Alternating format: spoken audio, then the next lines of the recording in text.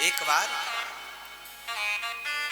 એવો પ્રસંગ બન્યો કે એક કોઈ મોટા વ્યક્તિનો મેળાવડો થયો હતો અને કોઈ મોટો પ્રસંગ કરવાનો હતો અને પ્રસંગ જ્યારે ચાલતો હતો ને એ સમયે બધા જ સુખ સુવિધા વાળા સંપન્ન વ્યક્તિઓ જેની પાસે તમામ પ્રકારના પાવર્સ છે એવા વ્યક્તિઓ ત્યાં બેઠા હતા.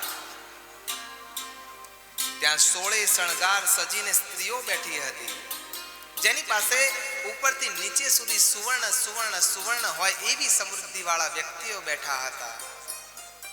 અને એવામાં એક સ્ત્રી જે સંપૂર્ણ સાદા કપડાઓમાં બેઠી હતી. બીજી બહેનોને એમ થયું કે આનો પતિ બરાબર કમાતો હોય એવું લાગતું નથી. અને કેટલાકે તો પૂછી પણ લીધું કે બેન તારા પતિ કઈ કામ કરતા હોય એવું લાગતું નથી.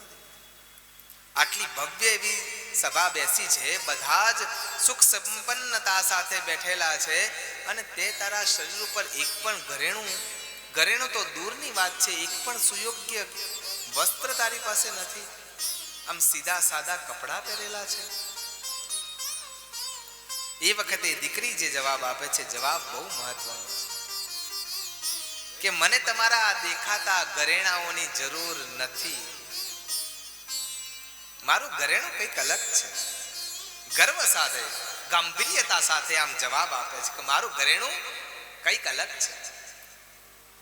બધા વાતો કરતા હતા અને એવામાં એક વ્યક્તિ સાદા સીધા કપડાં પહેરીને સભામાં પ્રવેશ કરે છે. અને જ્યારે પ્રવેશ કરે છે, જે મુખ્ય વ્યક્તિ હતા જેને આ સંપૂર્ણ સભાનું આયોજન કર્યું હતું, એ સામેથી જોવે છે કે કોઈ વ્યક્તિ આવી રહ્યો છે અને બધા સભામાં ઊભા થઈ જાય છે. જે સ્ત્રીઓ બેઠેલી હતી એ પણ એના સન્માન માટે ઊભા થઈ જાય છે. જે વ્યક્તિઓ હતા બધાના હાથ જોડાઈ જાય છે.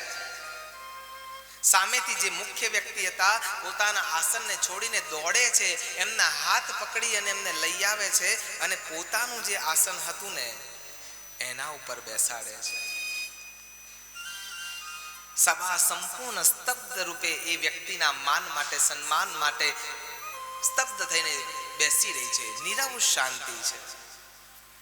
અને એ વખતે જે પેલી સ્ત્રી હતી ને જેને સાદા સીધા કપડા પહેર્યા હતા, એ કહે છે કે તમે જેને સન્માન આપવા માટે ઊભા થયા ને એ મારું ઘરેણું છે અને એ એનો પતિ હતો.